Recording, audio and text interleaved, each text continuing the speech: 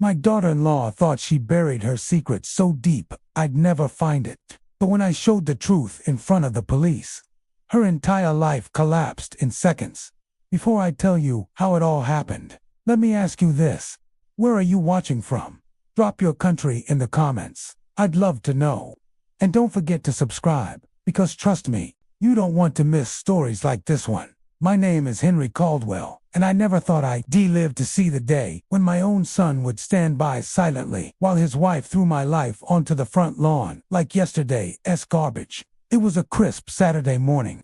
The sun was just climbing above the rooftops when I stepped outside to find my suitcases, boxes of old photo albums, and even my late wife's rocking chair scattered across the grass. Neighbors were already gathering, whispering, pointing, some even recording with their phones. At the center of it all stood Vanessa Carter, my daughter-in-law, dressed in her usual designer tracksuit and oversized sunglasses, looking every bit the queen of drama. She had her arms crossed, chin tilted high, and a smug smile on her face as she shouted for everyone to hear.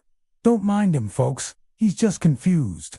Poor Henry doesn't realize this isn't his house anymore. Ethan and I have taken care of everything." Her voice carried across the street, slicing through me like a knife. Ethan, my only son, stood by the doorway, hesitant, pale, and silent. He looked like he wanted to say something, but didn't dare cross. "Vanessa." I clenched my fists. "Vanessa," I said firmly, "you have no right to throw my things out. This house isn't yours to claim, and I'm not confused." She let out a mocking laugh. "Not confused? Henry, you don't even know what day it is half the time. Why don't you just check into a retirement home and stop embarrassing yourself?" The neighbors gasped. I could feel my blood boiling, but I refused to give her the satisfaction of seeing me lose control. Instead, I pulled out my old leather folder, the one I always kept close, the one she clearly underestimated. "You've made a mistake, Vanessa," I said, "because I kept everything. Every receipt, every document, every proof of what really belongs to me." Her smile faltered for the first time. But before I could open the folder, she lunged at me, snatching for it. The neighbors gasped louder. My hands tightened around the folder as I pulled it away from her grasp. "Give that to me," she hissed. "No," I snapped. "This time, you're not burying the truth." Just then, the familiar sound of tires crunching gravel broke the tension. A police SUV pulled up, and out stepped Deputy Luis Ramirez, stocky, sharp-eyed, and calm. He adjusted his belt as he approached the crowd. "What's going on here?" Ramirez asked, scanning the scene. His gaze landed on me. Recognition flickered in his eyes. He remembered me from my years delivering mail to the courthouse before I retired. "Deputy, thank God you're here," Vanessa said, putting on a fake sob. "My father-in-law is sick. He's delusional, and he's harassing us. He thinks this house belongs to him." The neighbors murmured. Some shook their heads. Others whispered in disbelief. I stepped forward, holding up the folder. "That's a lie, and I can prove it." Ramirez raised an eyebrow. "Prove it how?" I opened the folder just enough for the deputy to see the first page inside a bank statement tied directly to my name. Vanessa's eyes widened, and for the first time, her confidence cracked. "Deputy," I said, my voice steady, "I'm not leaving until the truth is heard." The air grew heavy, every neighbor hanging on the moment. Ramirez folded his arms. "All right, let's take this inside. If there's proof, we'll look at it. But if there's fraud here," he glanced at Vanessa, "we're going to find out." The crowd buzzed, phones lifted higher. Ethan finally looked at me, his face torn between shame and disbelief. Vanessa bit her lip, her sunglasses no longer hiding the fear in her eyes, because she knew what was coming. Deputy Ramirez led us inside, away from the gawking neighbors, though I could see more than a few phones still recording through the windows. Word was spreading fast. The living room looked nothing like the quiet home I had shared with my late wife for decades. Vanessa had decorated it to look like one of her social media ads: gold-accented mirrors, foam marble tables, and the giant ring light she used for her so-called business streams. Ramirez motioned for us to sit. I took the armchair folder in my lap. Vanessa perched on the edge of the couch like she was on trial, and Ethan sat beside her. shoulders slumped, eyes darting between us. "All right," Ramirez said evenly, notebook in hand. "Someone explain what's going on." One at a time, Vanessa jumped in before anyone else could speak. "Deputy, my father-in-law is well. He's not all there anymore. He forgets things, repeats himself. We've been trying to care for him, but he's been getting paranoid. He thinks he owns this house. We're worried about his safety." Her voice trembled just enough to sound convincing, but I noticed the corner of her lip twitching, a mask starting to slip. I leaned forward. "She's lying. I've lived here 30 years. My late wife and I put down the payment on this house. When Ethan and Vanessa wanted to move in, I agreed, but under certain terms. I didn't sign it away. I didn't forget, and I can prove it." Ramirez looked at me. "Let's see the proof." I opened the folder and carefully pulled out the first set of documents, mortgage statements from the bank. My name was right there, listed as a primary borrower, with Ethan as co-signer. Ramirez took the papers, scanning them slowly, his brows furrowed. Vanessa laughed, a little too loudly. "Oh, please. Those are old papers. The house is ours now. Things change, don't they, Deputy? Henry just doesn't understand legal stuff. He thinks a scrap of paper makes him king." But then Ethan leaned forward, squinting at the documents. His face went pale. "Vanessa, his name really is on these, look." Her head snapped toward him, glare sharp enough to cut steel. "Ethan, don't get pulled into this. He's trying to confuse you." "No," I said, locking eyes with my son. "She's the one confusing you. Ethan, you know I gave you the down payment, every cent of it. I didn't hand over my rights. I trusted you to honor that. Did you really think I wouldn't keep records?" Ethan's lips parted, but no words came out. Ramirez set the papers down and crossed his arms. "Ma'am, this isn't just a scrap of paper. These are legal mortgage documents. Unless you've got something to counter them, I'd say he has standing here." Vanessa's nostrils flared. "Deputy, this is harassment. He's twisting things. He's an old man clinging to the past."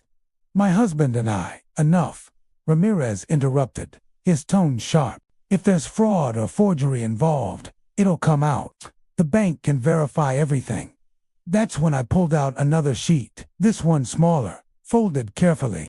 It was a signed receipt for the $340,000 I put down as the deposit. Ethan's signature was at the bottom, acknowledging my contribution. I slid it across the table.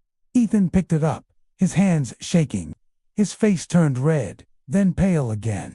He looked at me, eyes wide. "Dad, you kept this." "Of course I did," I said quietly, "because I knew someday the truth would be tested." The room went silent. Vanessa's fake confidence was crumbling, her smile twitching, her fingers tapping nervously on her knee. Finally, she snapped, "So what if he has papers? That doesn't mean anything. He can't even take care of himself. This is our home now, Ethan, not his. If he wants to fight, then maybe we should let the bank repossess everything. Let's see what happens when none of us have a home." The words hung in the air, ugly and venomous. Ethan looked at her like he was seeing her for the first time. Ramirez's eyes narrowed. I didn't flinch. Instead, I pulled the next document from my folder, on official letter from the bank, notarized, with details Vanessa prayed would never see daylight. I set it on the table without opening it. "Vanessa," I said softly, "this one isn't just about me. This one exposes you." Her head whipped toward me, eyes wide. For the first time, fear not arrogance flashed across her face. Ramirez leaned forward, tapping the unopened envelope. "What exactly is in there, Mr. Caldwell?" I looked at Vanessa, who was already biting her lip, panic spreading across her face. "Deputy," I said, "what's in here is proof that Vanessa Carter forged my signature. And once you read it, you'll understand just how deep this goes." Deputy Ramirez slid the unopened letter across the table. "Mr. Caldwell, go ahead and open it. Let's see what we're dealing with." My fingers were steady as I unfolded the crisp paper. It was a notarized statement from Claire Benson, the loan officer who handled our original mortgage. I had asked her for a copy months ago, sensing trouble long before Vanessa's little performance on the lawn. "Deputy," I said, passing it to him, "this document confirms two things. First, that I was the one who supplied the down payment, $340,000. And second, that I was never removed from ownership. My name remains on the deed. Ramirez scanned it carefully, his jaw tightened. Then he looked at Vanessa. Ma'am, this clearly lists Henry Caldwell as a co-owner and primary borrower. Can you explain why you told the neighbors otherwise? Vanessa's face twisted. That's outdated paperwork. Things change. We refinanced. Ramirez asked. Then show me those papers. Her eyes darted around the room. Her usual confidence was slipping. She opened her mouth, but nothing came out. Ethan turned to her slowly. Vanessa, did you really refinance without telling me? She laughed nervously, waving her manicured hand. Oh, Ethan, don't be dramatic. Of course I told you. You just don't remember. No, he cut her off, voice trembling. I'd remember something like that. Silence. The only sound was the ticking of the wall clock above us. I pulled out another sheet from my folder.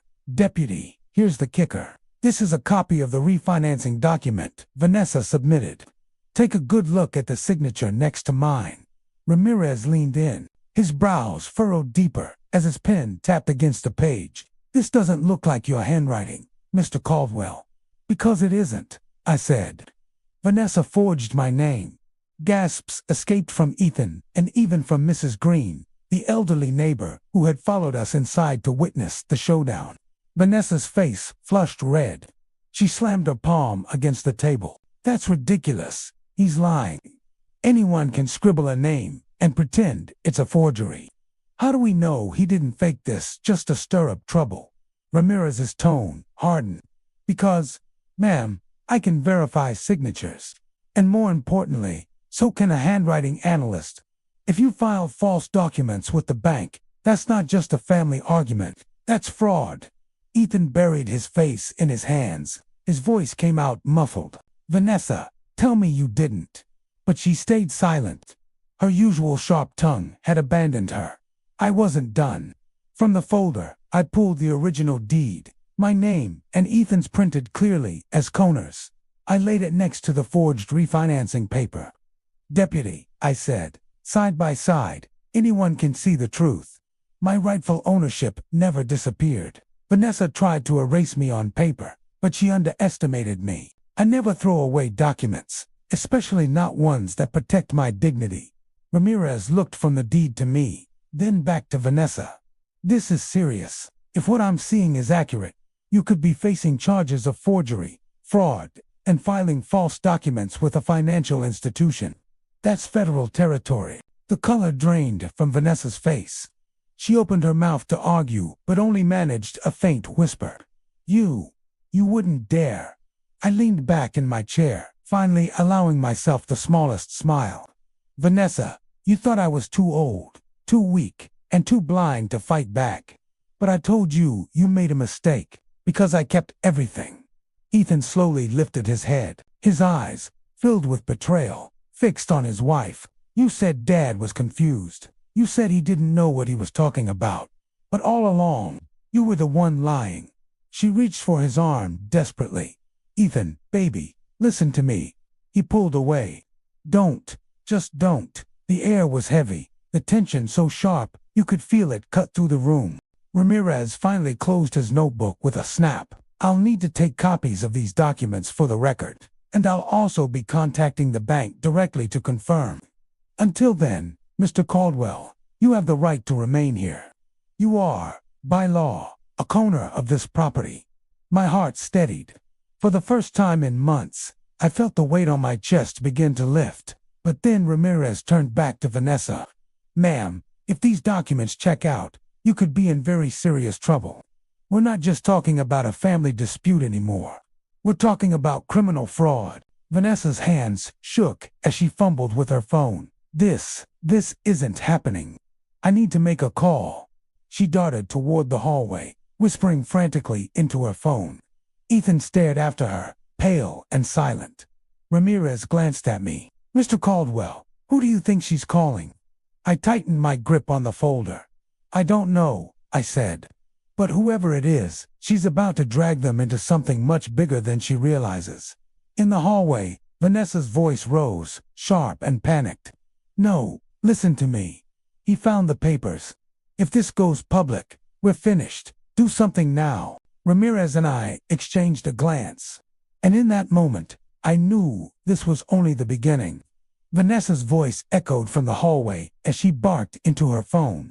I don't care what it takes, fix this. He has the folder, and he's showing everything to the cops. If this reaches the bank, I'm done. She didn't realize the whole room could hear her.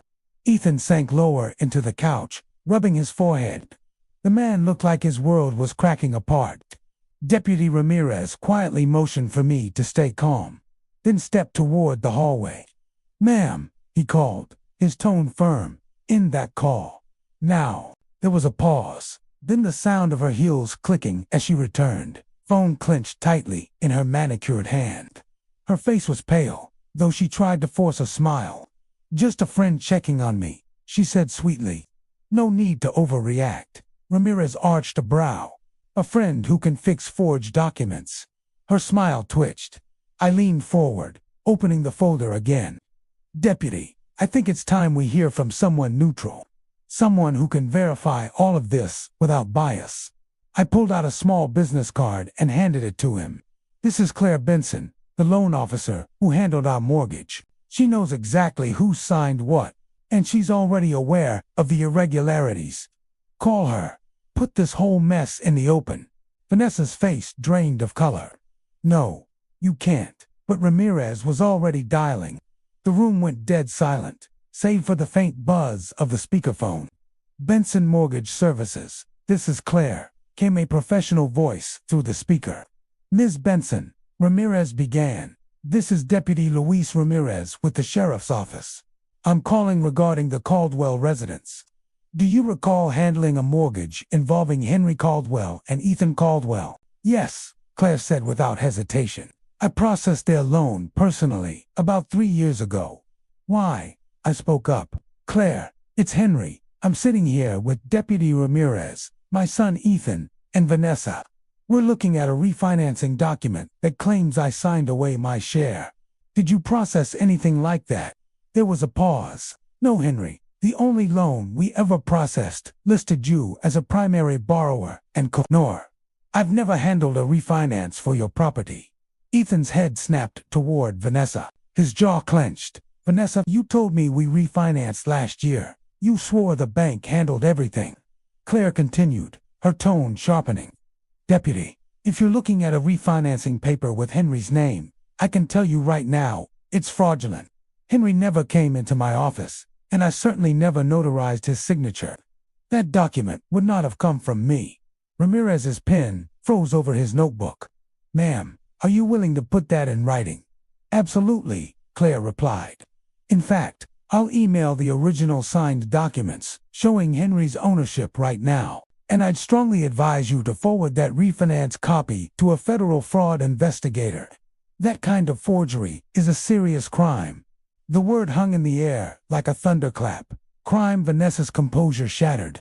She shot to her feet, her hand shaking. This is ridiculous. She's lying. They're all lying. But her voice cracked, and no one in the room looked convinced. Ethan stood slowly, his face pale, his voice tight with betrayal. Vanessa, you told me Dad was losing it. You said he didn't know what he was talking about. But all this time, you were forging his name. You were stealing from him, from us. Her eyes darted wildly, searching for an escape. Ethan, baby, listen, I did it for us, for our future. You wanted the bigger car, the vacations, the life we dreamed of. I just made it happen. No, Ethan said coldly, his voice breaking. You made it happen by lying, by destroying my father's trust, by destroying our marriage. The silence that followed was suffocating. Vanessa's breathing was sharp and shallow, her eyes glistening with a mix of rage and panic. Ramirez ended the call with Claire, his tone clipped. Ma'am, I'll be collecting all these documents as evidence. If Claire Benson confirms in writing what she just told me, you'll be facing not just forgery charges but also potential bank fraud. That's federal territory. Federal, Vanessa repeated, her voice trembling. That's right, Ramirez said. When you mess with financial institutions and falsify signatures, it stops being a family dispute. It becomes a matter for the feds. And they don't play around. Vanessa staggered back, her knees hitting the edge of the couch. For once, she had nothing to say. No comeback, no fake tears, nothing. I sat quietly, watching her unravel. For months, she had painted me as senile, mocked me in front of neighbors, tried to erase me from my own home. Now the truth was laid bare, and the weight of it was finally crushing her. Ramirez gathered the documents into a neat stack. "Mr. Caldwell, I'll need copies of all this. Ms. Carter, I suggest you don't leave town. This is far from over." Vanessa's eyes snapped wide. "Leave town? Why would I?" But she stopped mid-sentence, realizing she had revealed more than she intended. Ramirez finally closed his notebook with a snap. "I'll need to take copies of these documents for the record. And I'll also be contacting the bank directly to confirm. Until then, Mr. Caldwell, you have the right to remain here. You are, by law, a co-owner of this property." My heart steadied. For the first time in months, I felt the weight on my chest begin to lift. But then Ramirez turned back to Vanessa. "Ma'am, if these documents check out, you could be in very serious trouble. We're not just talking about a family dispute anymore. We're talking about criminal fraud." Vanessa's hands shook as she fumbled with her phone. This isn't happening. I need to make a call." She darted toward the hallway, whispering frantically into her phone. Ethan stared after her, pale and silent. Ramirez glanced at me. "Mr. Caldwell, who do you think she's calling?" I tightened my grip on the folder. "I don't know," I said. "But whoever it is, she's about to drag them into something much bigger than she realizes." In the hallway, Vanessa's voice rose, sharp and panicked. "No, listen to me. He found the papers. If this goes public, we're finished. Do something now." Ramirez and I exchanged a glance. And in that moment, I knew this was only the beginning. Vanessa's voice echoed from the hallway as she barked into her phone. "I don't care what it takes fixed. He has the folder, and he's showing everything to the cops. If this reaches the bank, I'm done." She didn't realize the whole room could hear her. Ethan sank lower into the couch, rubbing his forehead. The man looked like his world was cracking apart. Deputy Ramirez quietly motioned for me to stay calm, then stepped toward the hallway. "Ma'am," he called, his tone firm. "In that call. Now." There was a pause, then the sound of her heels clicking as she returned, phone clenched tightly in her manicured hand. Her face was pale, though she tried to force a smile. "Just a friend checking on me," she said sweetly. "No need to overreact." Ramirez arched a brow. "A friend who can fix forged documents." Her smile twitched. I leaned forward, opening the folder again. "Deputy, I think it's time we hear from someone neutral. Someone who can verify all of this without bias." I pulled out a small business card and handed it to him. "This is Claire Benson, the loan officer who handled our mortgage. She knows exactly who signed what, and she's already aware of the irregularities. Kula put this whole mess in the open." Vanessa's face drained of color. "No, you can't." But Ramirez was already dialing. The room went dead silent, save for the faint buzz of the speakerphone. "Benson Mortgage Services, this is Claire," came a professional voice through the speaker. "Ms. Benson," Ramirez began, "this is Deputy Luis Ramirez with the Sheriff's Office. I'm calling regarding the Caldwell residence. Do you recall handling a mortgage involving Henry Caldwell and Ethan Caldwell?" "Yes," Claire said without hesitation. "I processed their loan personally about 3 years ago." "Why?" I spoke up. "Claire, it's Henry. I'm sitting here with Deputy Ramirez, my son Ethan, and Vanessa. We're looking at a refinancing document that claims I signed away my share. Did you process anything like that?" There was a pause. "No, Henry. The only loan we ever processed listed you as a primary borrower and co-owner. I've never handled a refinance for your property." Ethan's head snapped toward Vanessa. His jaw clenched. "Vanessa, you told me we refinanced last year. You swore the bank handled everything." Claire continued, her tone sharpening.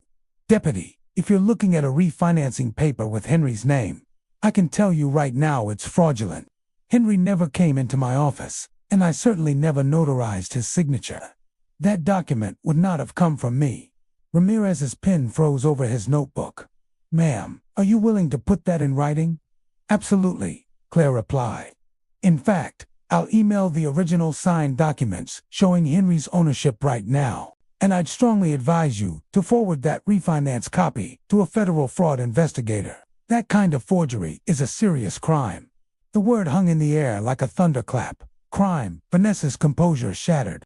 She shot to her feet, her hands shaking. This is ridiculous. She's lying. They're all lying. But her voice cracked, and no one in the room looked convinced. Ethan stood slowly, his face pale, his voice tight with betrayal. Vanessa, you told me Dad was losing it. You said he didn't know what he was talking about. But all this time, you were forging his name. You were stealing from him, from us. Her eyes darted wildly, searching for an escape. Ethan, baby, listen, I did it for us, for our future. You wanted the bigger car, the vacations, the life we dreamed of. I just made it happen. No, Ethan said coldly, his voice breaking. You made it happen by lying, by destroying my father's trust, by destroying our marriage. The silence that followed was suffocating. Vanessa's breathing was sharp and shallow, her eyes glistening with a mix of rage and panic. Ramirez ended the call with Claire, his tone clipped. Ma'am, I'll be collecting all these documents as evidence. If Claire Benson confirms in writing what she just told me, you'll be facing not just forgery charges, but also potential bank fraud. That's federal territory. Federal, Vanessa repeated, her voice trembling. That's right, Ramirez said. When you mess with financial institutions and falsify signatures, it stops being a family dispute. It becomes a matter for the feds. And they don't play around. Vanessa staggered back, her knees hitting the edge of the couch. For once, she had nothing to say. No comeback, no fake tears, nothing. I sat quietly, watching her unravel. For months, she had painted me as senile, mocked me in front of neighbors, tried to erase me from my own home. Now the truth was laid bare, and the weight of it was finally crushing her. Ramirez gathered the documents into a neat stack. Mr. Caldwell, I'll need copies of all this. Ms. Carter, I suggest you don't leave town. This is far from over. Vanessa's eyes snapped wide. Leave town? Why would I? But she stopped mid-sentence, realizing she had revealed more than she intended. Ethan caught it instantly. His voice was low, trembling with disbelief. You were planning to run, weren't you? Vanessa's silence was louder than any confession. And in that silence, Ethan's face hardened as he whispered the words that sealed her fate. I don't even know who you are anymore. The night after Claire exposed the forgery, the house felt eerily quiet. Vanessa locked herself in the master bedroom, pacing so hard I could hear her heels thudding across the floorboards. Ethan stayed downstairs, barely touching his dinner, his head buried in his hands. As for me, I sat in my study, the folder of evidence spread across the desk like a shield. I had lived in this house for 40 years, built every corner of it with my own hands, and I refused to let her poison it any longer. The next morning, I made the call. Mr. Caldwell, said the lawyer's calm voice on the other end. Based on the documents you've provided and the confirmation from the loan officer, you have more than enough to initiate an eviction. Given that your daughter-in-law forged legal documents, the courts will take this very seriously. We'll file an emergency petition. Finally, after months of humiliation, the law was on my side. By evening, the papers were ready. Deputy Ramirez himself returned to serve Vanessa, his presence filling the doorway like a shadow of justice. Mrs. Carter, he said firmly, holding out the documents, you are hereby served with notice of eviction. You have 7 days to vacate the premises. Her eyes widened in horror as she snatched the papers, scanning them with shaking hands. Eviction? You can't be serious. This is my house, my life, my everything. Ramirez's tone didn't waver. Your name was never legally on the deed. You're being ordered to leave. Ethan stood in the corner, silent, his arms crossed tightly across his chest. He didn't move to defend her. Not this time. Vanessa's voice broke as she turned toward him. Ethan, say something. Tell them this isn't right. We built a life here together. Ethan's eyes were cold, his words cutting. No, Vanessa. I built a life with my father. You tried to steal it. For the first time since this nightmare began, Vanessa didn't fight back. She didn't scream, didn't curse, didn't threaten. She simply crumpled into the couch, staring at the eviction notice as though it were her death sentence. But the fight wasn't completely gone. Over the next few days, I watched her unravel piece by piece. She made frantic phone calls, her voice rising and falling in desperation. She visited the bank, only to storm back red-faced when they froze her accounts pending investigation. She even tried to corner Ethan, whispering sweet promises that they could start over somewhere new if he just sided with her. But Ethan didn't budge. He slept in the guest room, avoiding her gaze, the weight of betrayal crushing him more each day. One evening, I walked past the kitchen and overheard a chilling whisper. Vanessa, clutching the phone, murmured, "I thought he'd be gone by now. He's too stubborn. Why won't he just die already?" The words sliced through me like a blade. She wasn't just trying to erase me. Legally, she had been waiting, almost wishing, for me to disappear altogether. I stepped into the doorway, my voice steady but sharp, still hoping for my death. "Vanessa." She froze, phone slipping from her hand. For once, she had no words. I moved closer, meeting her trembling eyes. "You won't get your wish. I'm alive, and I'll be here long after you're gone from this house."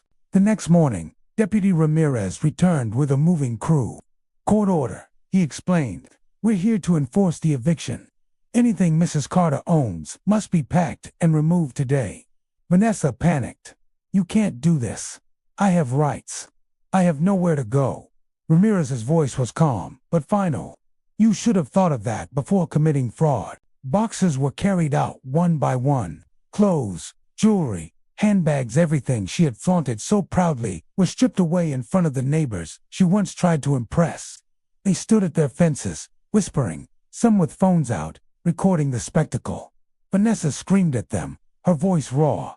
"Don't look at me. This isn't over. I'll get everything back. You'll see." But no one believed her. Not anymore. By afternoon, the house was quiet again, save for the sound of the moving truck pulling away. Vanessa stood on the sidewalk with nothing but 2 suitcases and a fury she could no longer disguise. Ethan walked out last, his face pale, his eyes red from nights of no sleep.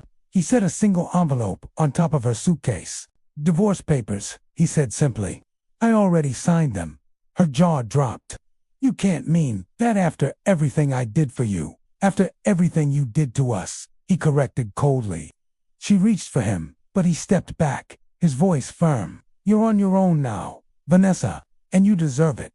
Her scream echoed down the street as the truck pulled away, leaving her standing alone. Inside, I sat by the window, watching her fade into the distance.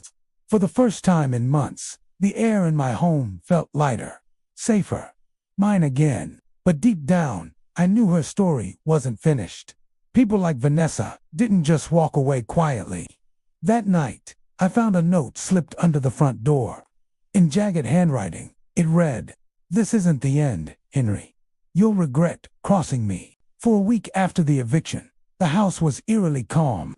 Ethan moved back into his old bedroom, trying to put his life back together, piece by piece. I finally had my home to myself again, or so I thought. But Vanessa wasn't done. Not even close. It started with whispers in the neighborhood. At the grocery store, Mrs. Harlow from across the street pulled me aside. "Henry dear, are you all right? I heard from, well, someone, that you've been forgetting things again. That you wandered outside at midnight looking for your wife." My stomach tightened. "Who told you that?" She hesitated, lowering her voice. "Vanessa. She said she's worried about you, that you're slipping." There it was. Even after being exposed, she was still poisoning my reputation, still trying to make me look like a senile old man. By the third time I heard it from 3 different neighbors, I knew exactly what she was doing. She couldn't take the house from me legally, so she was trying to destroy me socially. But the whispers were only the beginning. One evening, as I was locking the front door, I noticed a shadow lingering near the hedges. When I stepped closer, it darted away. The sound of heels clicking on pavement echoed down the street. Vanessa, she was watching the house. I told Ethan, but he just rubbed his eyes, exhausted. Dad, she's losing it. She won't stop until she gets arrested. Just keep the doors locked, okay? I nodded, though unease gnawed at me. 2 nights later, I found proof. I woke to the sound of something clattering on the porch. When I opened the door, there it was, a dead bouquet of wilted roses, the petals blackened and reeking. Attached was a scrap of paper in her jagged handwriting. This house should have been mine. My hands trembled as I tore it up. The next day, I filed a report with Ramirez. He listened carefully, jotting everything down. "Mr. Caldwell," he said, "you need to understand Vanessa's slipping from desperation into obsession, stalking, intimidation. It's escalating. Keep records of everything. If she crosses the line again, we'll have grounds for a restraining order." That night, I couldn't sleep. Every creak of the floorboards, every rustle of the wind made me wonder if she was out there, watching. And then, one night, my worst fear came true. It was just past midnight when I heard the crunch of gravel outside. I pulled the curtain back slightly, and my heart froze. Vanessa stood at the end of the driveway, her face illuminated by the dim glow of a street lamp. Her hair was disheveled, her eyes wild, and in her hand she clutched something metallic, something that glinted in the light. I called Ethan's name, my voice low but urgent. He rushed to the window and swore under his breath, "Dad, that's a crowbar." Before I could react, Vanessa marched up the driveway, her lips moving in furious whispers I couldn't hear. She raised the crowbar and brought it crashing down on the mailbox, denting it with a sharp clang that echoed through the night. Ethan grabbed his phone. "I'm calling Ramirez now." But Vanessa wasn't finished. She stalked toward the front steps, crowbar still in hand, her eyes locked on the door. I stepped back, my pulse racing.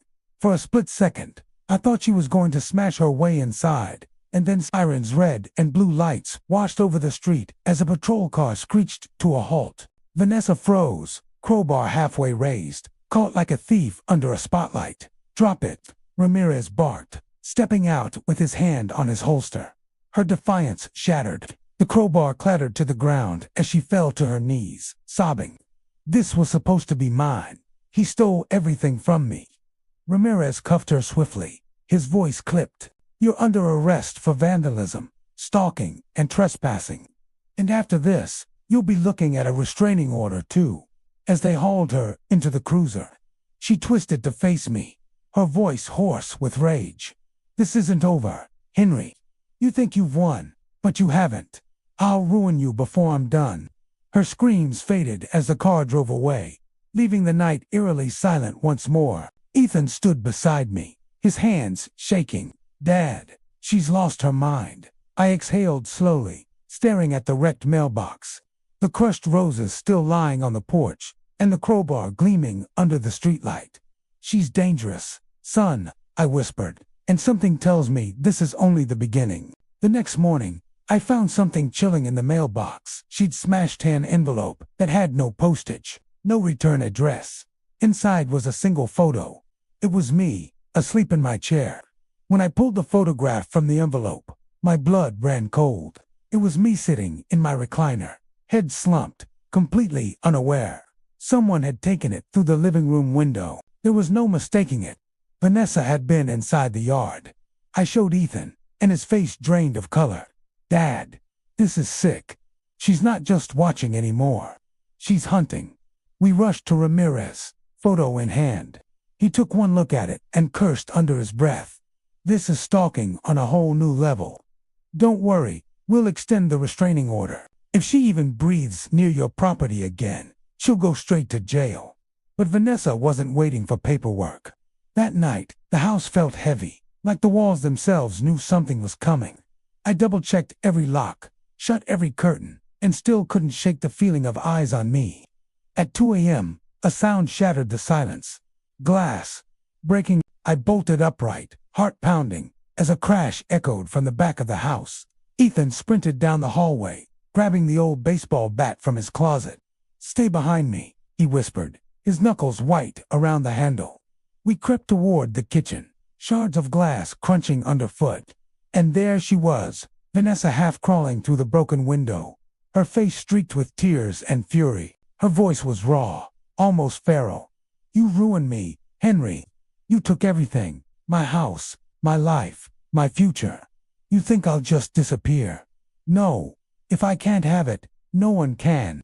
She raised the lighter in one trembling hand, a crumpled rag soaked with something dark, hanging from her other. The smell hit me instantly.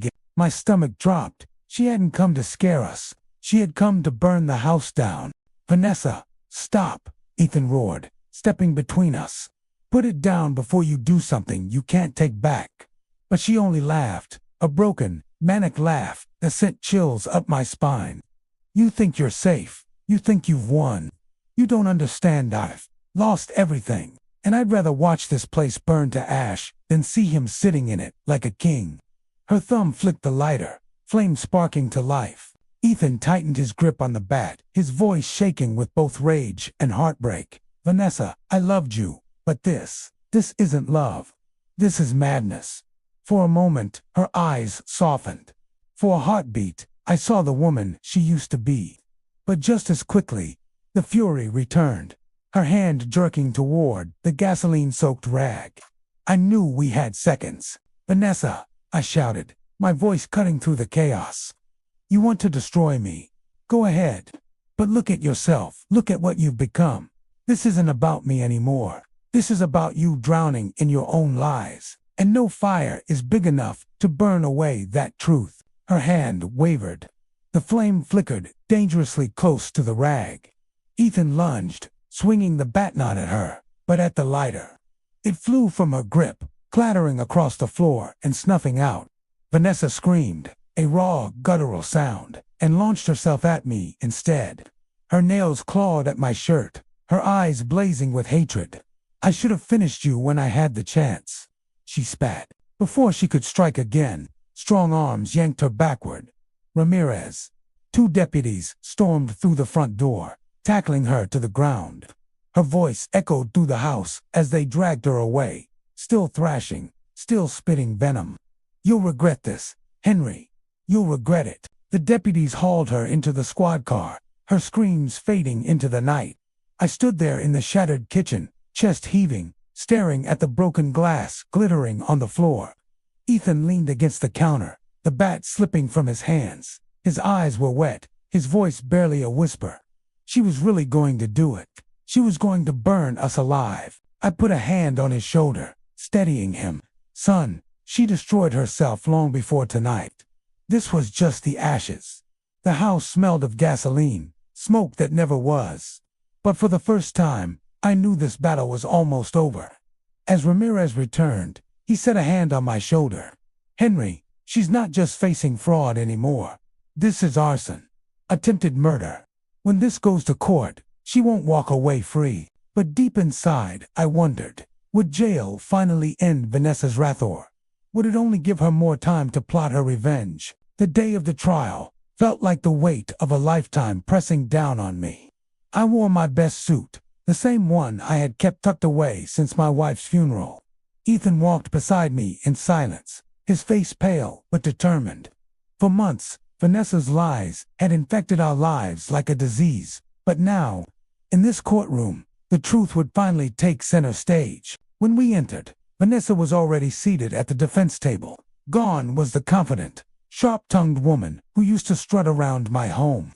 In her place sat someone pale, hollow, and trembling, but her eyes still carried that same spark of defiance, like a flame that refused to die out. The prosecutor wasted no time. One by one, the evidence came out. The forged refinance document with my falsified signature, Claire Benson's testimony, firm and unshakable. Bank records showing Vanessa's sudden spending spree after she attempted the forgery. Photographs of my smashed mailbox, the wilted roses, the crowbar, and finally, the chilling photograph of me asleep in my chair, proof she had trespassed onto the property she no longer owned. Each piece stacked against her like bricks in a wall she couldn't climb. When Claire testified, her voice was calm and professional. "Your Honor, I can state with absolute certainty that Henry Caldwell never refinanced his property. That document was not prepared by me or my office, and the notary seal is a forgery." Vanessa's lawyer tried to object, but the judge cut him off. Overruled. The witness will continue. Ethan's turn came next. His voice cracked at first, but he stood tall. I believed her lies. She told me my father was losing his memory. She told me he signed everything willingly. I defended her, but then I saw the truth. And the hardest part wasn't just realizing she was lying. It was realizing she never loved me. She loved the house, the money, the status, not me. His words hung in the air, heavy as stone. Vanessa shifted uncomfortably, her mask beginning to crumble. Finally, it was my turn. I rose slowly, leaning on the cane I had carried for years. My voice was steady, though my chest tightened with every word. Your Honor, I am 72 years old. I've worked my whole life for that house. It's not just a building, it's where my wife and I raised our son, where we built our memories. Vanessa tried to erase me from it, not because I did anything wrong, but because she thought I was too old, too weak, too tired to fight back. But today, I'm here to prove her wrong. I may be old, but I am not helpless. And I will not be erased from my own life. The courtroom was silent. Even the judge leaned forward, listening intently. When it was Vanessa's turn to speak, she finally cracked. Tears streaked her face, though they seemed more bitter than remorseful. They all turned against me, she sobbed. I just wanted a better life. I wanted security. Is that such a crime? The prosecutor's voice was sharp. Forgery, fraud, stalking, attempted arson, and attempted murder are not security, Mrs. Carter. They are crimes. Serious crimes. The judge's gavel struck the desk. Enough. I've heard enough.